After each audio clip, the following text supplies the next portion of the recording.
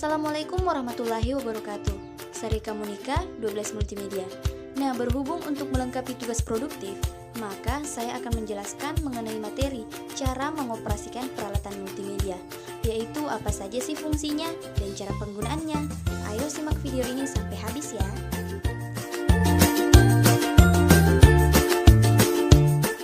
Alat yang pertama adalah tripod.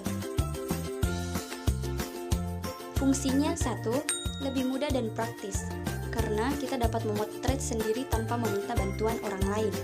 Kedua, hasil foto akan lebih bagus, karena kamera tidak bergerak sehingga tidak terlihat guncangan sekecil apapun. Tiga, mendapatkan angle yang pas. Tripod sangat dibutuhkan untuk mendapatkan posisi angle yang pas, untuk memotret lokasi-lokasi yang tidak bisa dijangkau oleh fotografer. Yang terakhir, membebaskan Anda dari beban kamera, karena tanpa tripod, kita akan kehabisan tenaga hanya beberapa kali jepret. Dan saya sering merasakannya, apalagi untuk merecord yang berjam-jam. Cara penggunaannya adalah, yang pertama, tempatkan tripod di atas tanah datar dan pastikan alasnya rata. Dua, bentangkan semua kaki tripod dan atur ketinggian sesuai dengan keinginan. Tiga, kalau perlu, gulung atau copot tali kamera agar angin tidak menggoyangkan talinya dan membuat kamera goyang. 4. Pasang kamera pada tripod dengan cara memutar kamera pada baut tripod. Terakhir, gerakkan kepala tripod ke arah kanan, kiri, atas, serta bawah untuk memastikan posisi kamera sudah tepat dan stabil.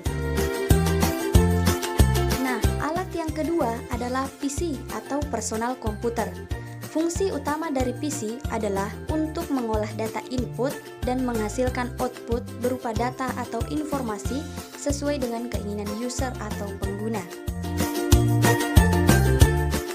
Cara penggunaannya adalah 1. Tancapkan kabel power CPU dan monitor ke stabilizer atau stop kontak. 2. Setelah itu, tekan tombol power yang ada di CPU. Biasanya jika komputer telah menyala, akan ditandai dengan lampu indikator yang menyala. 3. Selanjutnya, nyalakan LCD monitor komputer kita dengan menekan tombol power. 4. Tunggu hingga proses booting selesai. Setelah proses boot selesai, maka kita akan melihat tampilan desktop komputer kita. Alat yang ketiga adalah lighting. Nah, fungsi lighting adalah menciptakan efek khusus, menghilangkan bayangan yang mengganggu, membentuk persepsi, mengungkapkan bentuk, menciptakan gambaran yang wajar, membuat komposisi, menciptakan suasana, memperbaiki mood, dan memisahkan ruang.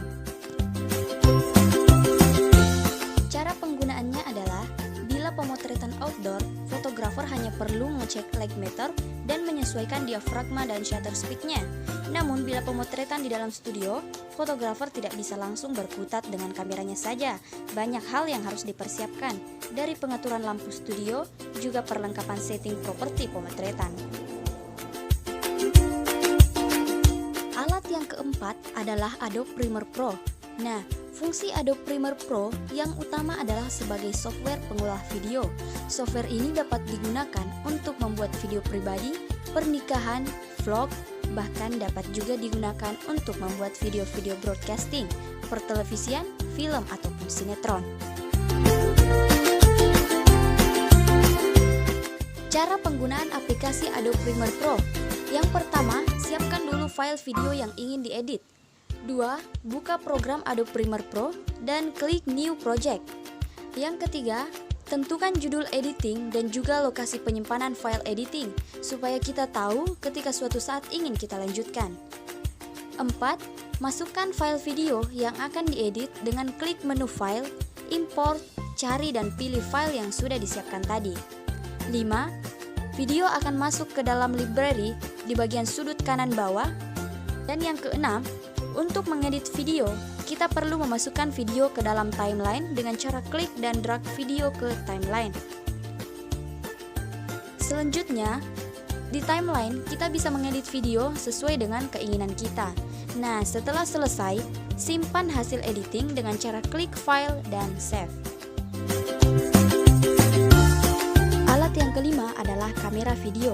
Nah, kamera video fungsinya digunakan untuk pengambilan gambar bergerak secara elektronik untuk kepentingan produksi televisi, siaran, atau produksi video.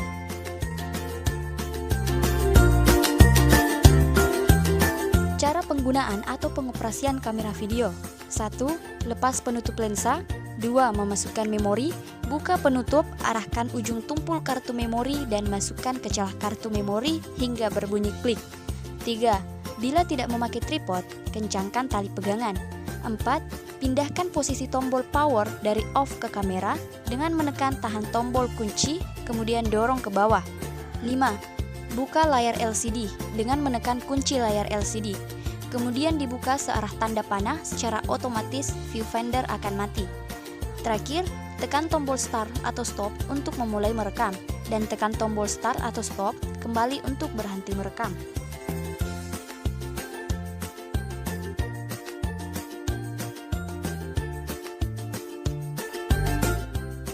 Sekian dari video saya, semoga dapat dipahami dan dapat bermanfaat bagi siapapun yang menonton. Wassalamualaikum warahmatullahi wabarakatuh.